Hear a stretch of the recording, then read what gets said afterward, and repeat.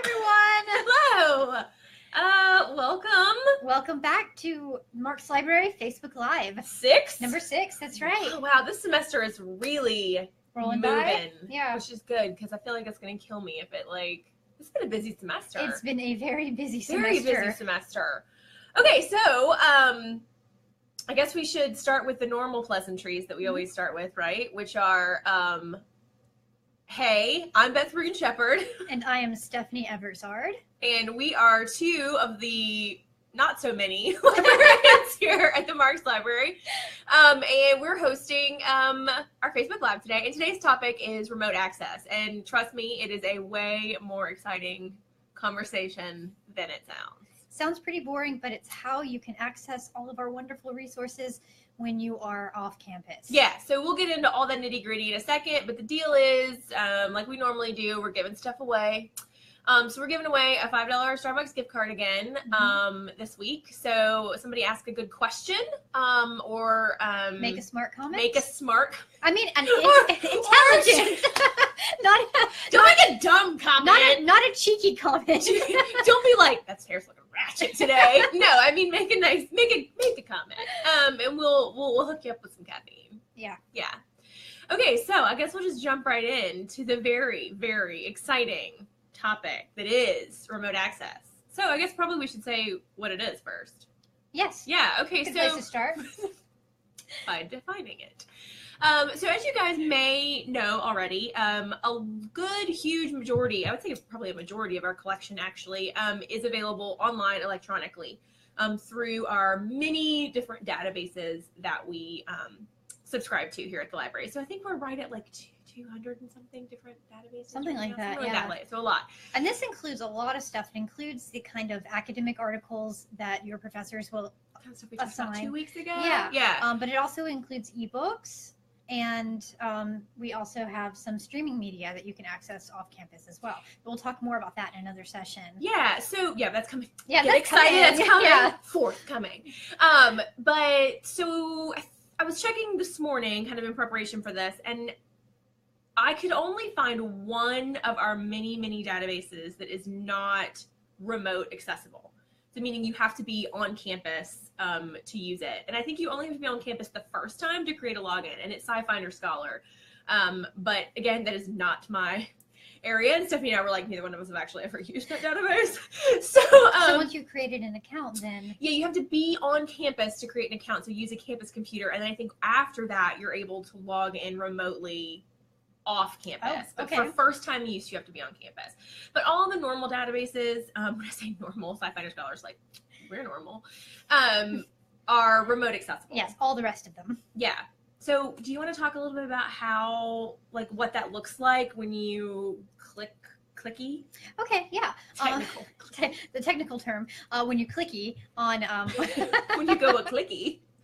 All right, so when you're using the databases on campus, when you're in your dorm or in the library, you're going to have immediate access to any of the things that you're searching for. So if you click on, find full text, or you try to look at a PDF, or you just try to use a database to search, you will be able to do it immediately. If you're off campus, you're going to have to go through a different process. The first thing, make sure that you're actually accessing these databases through the library website. Crucial. It's very, very important. When you if you're searching the native interfaces of these databases, right, you'll need to go to our library homepage and click under library resources on the databases and e-reference page, and then use that as the entry point into the database. Right. Okay. Like that is super crucial, because if not, you are going to hit a paywall. And it's going to ask you to pay like, oh God, anywhere from like 25 to like, hundreds. Yeah. And don't ever do that. No, don't do it. Don't ever. Actually, students tell me that all the time, yeah. and I'm like, no.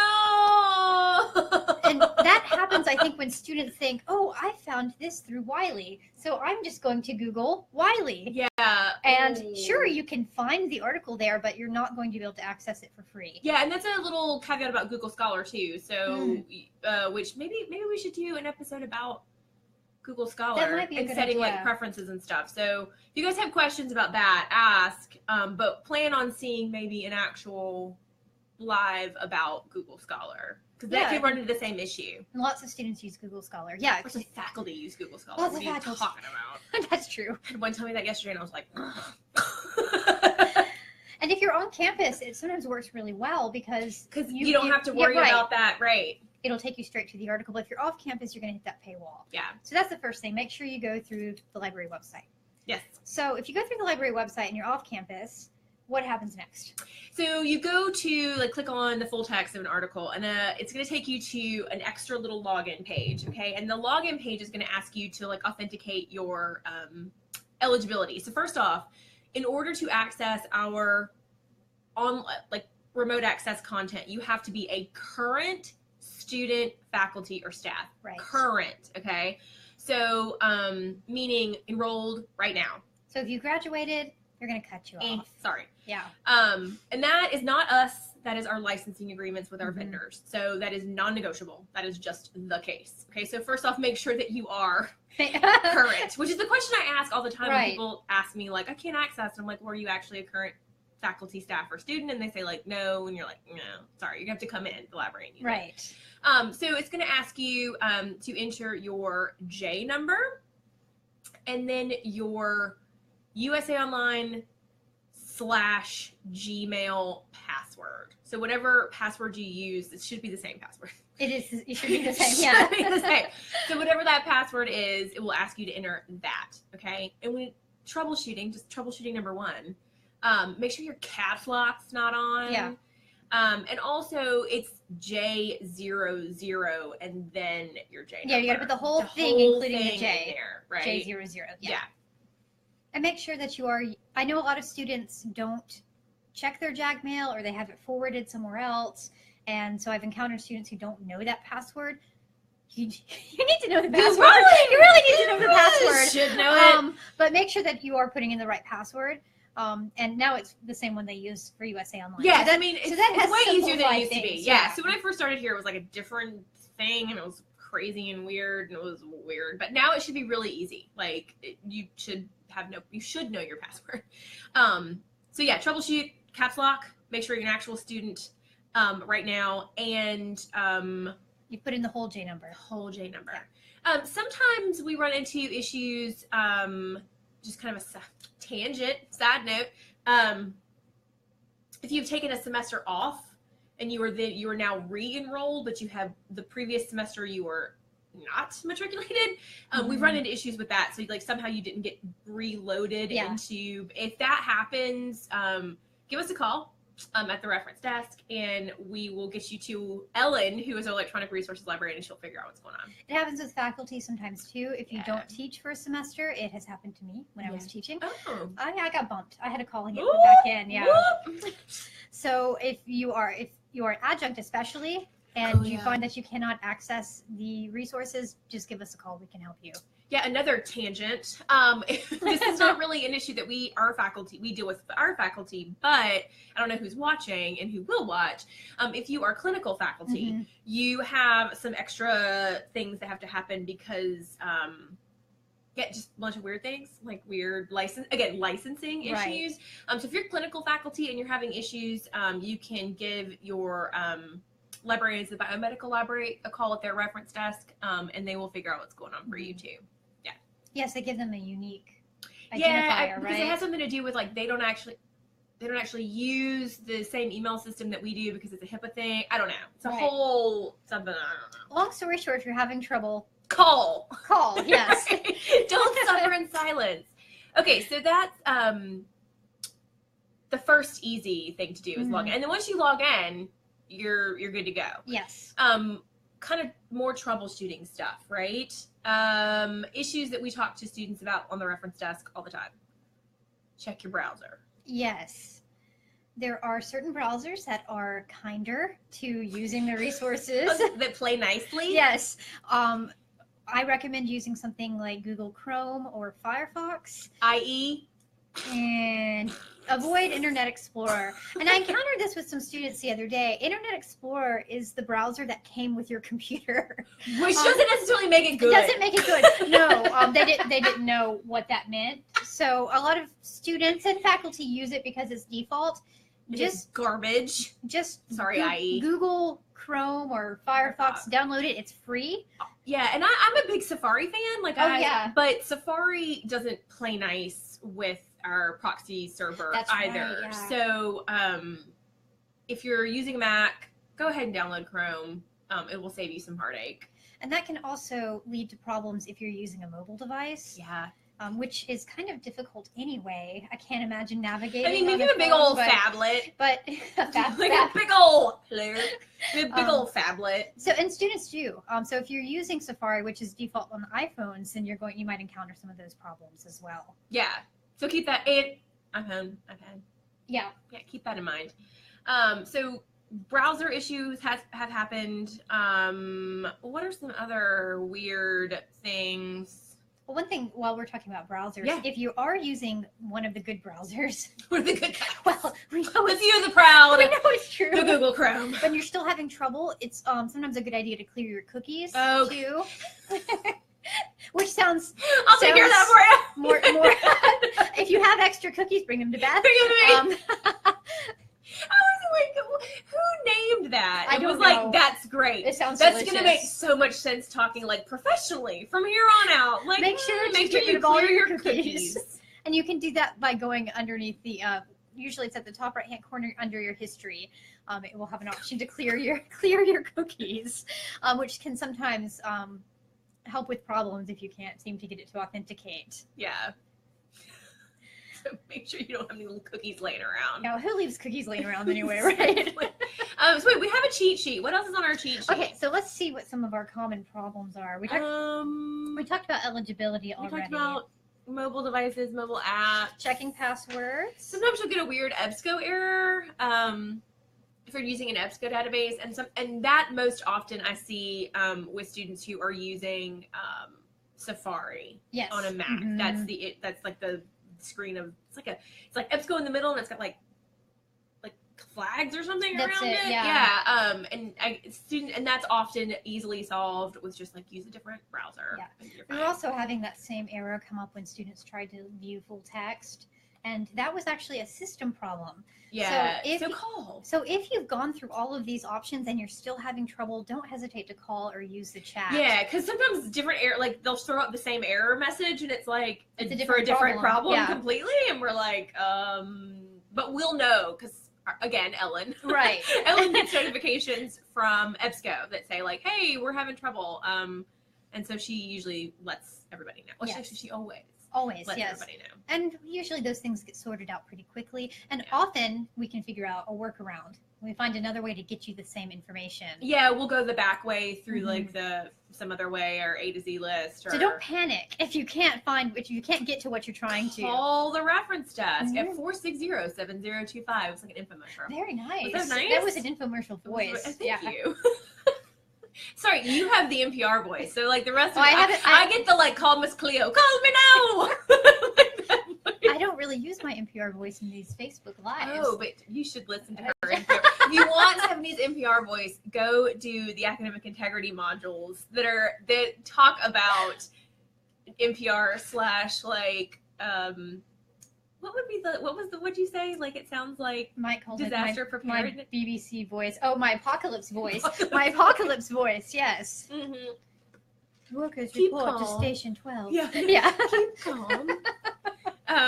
So we have gotten completely off track. Oh no, we haven't. If you want to hear our voices, call the reference desk. Oh, what do they call that in the radio business? Segue? No, there's a special name for it. I don't know. Anyway, you just did it. I did it. You did it. And we'll be happy to help you figure things out. Yeah, for sure. And then sometimes, like we said, things just are weird and names don't get included. They start, like sometimes graduate students, weird things happen. So call us. We'll figure out what's going on. Do keep in mind, though, that while there is a librarian here, there's someone staffing the desk. So the reference desk is staffed from like 7:30 in the morning until 7 p.m. Monday through Thursday, and until 6 during the semester, 5 during the summer. 5 during the summer, okay. 6 on Fridays. Right. So after that though, 5 on Fridays. The library's open until 6. Man, we messed that all up. We're here till What I'm trying to say is, after after a certain point, there is not a librarian at the reference desk. So if you do have a problem at like 2 a.m., which I think is when most remote access issues happen, you have a couple options. You can either wait till the morning and then call then, or you can send the reference department an email, and it's webref@southalabama.edu, and you can send it there, and that comes to us. And we'll put the email address in the comments. Show notes. We're doing too many social media outreaches. Confused. And what you might have noticed that we've been referencing something. Oh yeah. What we have been referencing is this gnarly, really amazing, useful, gnarly, yeah, gnarly in the way surfers use it. LibGuide that Kathy created, and so this is actually I think it's just libguides.southalabama.edu/remote. Yeah, we'll put that also in the show notes. And so this has just about any issue you could possibly and more. So it talks about cookies, it talks about firewalls. It also talks about like web accelerators and all sorts of things. Yep, talks about Google Scholar. All sorts of smart things. It talks about health systems employees. All sorts of things. So if you get stuck, it's 2 o'clock in the morning and you really need help, check out the LibGuide. Yeah, and we'll put a link to that here in the comments so you guys can see it. But does anybody have kind of questions about remote access? Yep, we've got some people watching, which is like thrilling. I'm just trying to think of what other issues that I've had with remote access. I mean, the biggest ones are just user error. Check your password. Make sure you're currently a student. Make sure you're using the proper browser, a good browser. I say the proper. Anything except the proper. Make sure you're using your ladylike browser. Yes, use your ladylike browser.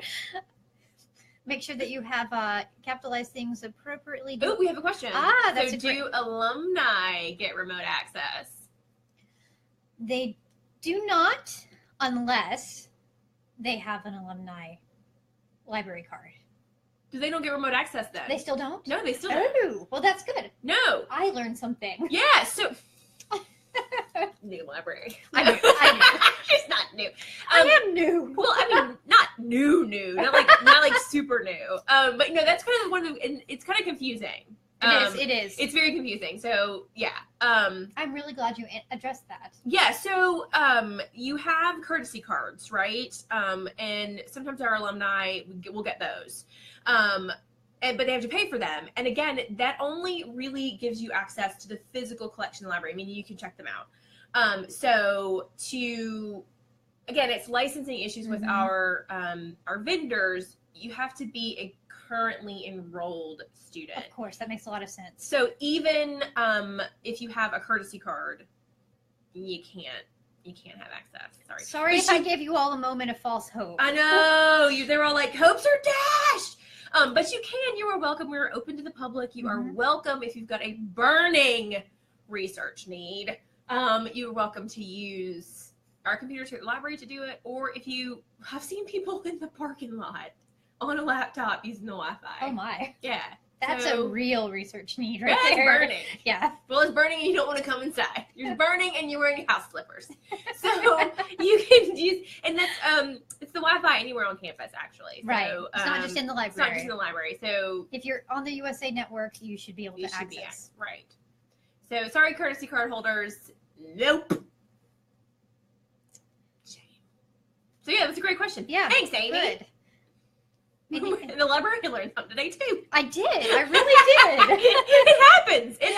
I was in a class the other day and I was like, oh, I just taught myself something. How'd that happen? Yeah. So guys, any other questions, concerns? I think the takeaway is if you have an issue and you can't sort it by those basic checking your password, make sure you don't have your caps lock on, and make sure you're using the appropriate browser. The proper one. The proper browser. Right. You won't forget that now. Then we should never see anyone using IE anymore after that. Give us a call. Yeah, that's right. Because weird stuff happens. Yeah, and we can check to make sure, we have some things we can do at the reference desk before we actually pass you off to Ellen. to try to kind of troubleshoot, figure out what's going on. I feel like Ellen should be like in. I know Ellen. We're channeling the spirit of Ellen, who's saying like, make sure you're actually a faculty and student. So until she watches this and tells us all the things we got wrong. Oh yeah, well, all the things we missed. We missed, not wrong so much, but left out. Well, it's a 20-minute show. That's right. We got to make it short. We've now made it to 20 minutes. Yep, we have reached the end unless there are any other questions. We've reached the end of the internet. That's right, we're done. Yeah. I think we basically covered every topic. Every issue that could potentially happen with remote access. No, never. No. But just remember that there is such a thing as remote access. You should have it. And if you don't, give us a call. All right. All right. Thanks, guys. So what are we doing next week? I don't know what we're going to talk about next week. So things that are forthcoming. We haven't 100% decided, but we are going to have a conversation about interlibrary loan, which is super exciting. We're going to have our archivist come in on Halloween to talk about our archives. Also going to have a conversation about, what's on my list? There's like a million things on my list. I totally forgot it. We might do one about Google Scholar. Like that's a good one. Yeah, we're also going to do one about kind of change it. So closer to finals, probably the week before finals, we'll do one about things that we do in the library for finals week. So kind of extended hours and things like that. Study spaces. Yeah, we'll talk more about how to like use the library. Use the library for finals as your like crash pad. And there's another one that I was really excited about, and I can't remember what it is, but it's coming. They're coming. So get excited. We are about halfway through. We are. That's right. Again, semester. All right, guys. So remember, if you have not liked us, like us. This video will be in the archive. Also, we will put the link to the LibGuide and the email address. Yes, in the comments. And follow us on our social media, which would be our Instagram, which is marx.library, and our Twitter, which is USA_library. And if you're already not following it, you missed all the fun last week. Yeah, we had a blast with Miss Paula and Southpaw, which you probably got them at Southpaw and Miss Paula because he comes first, right? Oh, well, I mean, like in the origin story, not in like. I see how this is. Are we kidding? No. The origin story, he came first. Yes. In so many origin stories, he came first. Wow. So yeah, you missed all the fun with that last week, but you can go back and look at it because it was really fun. Yes, it was fun. And we still have our band books display up for a little while longer. If you haven't taken your band book mugshot, you can do that on the first floor. Yeah. Your mugshot. Come take your mugshot. Come take your mugshot. Why not? Why not? We all did. We did it. All right, guys. Thanks a lot, and we'll be back next Tuesday at 2. All right. See you then. Bye, guys.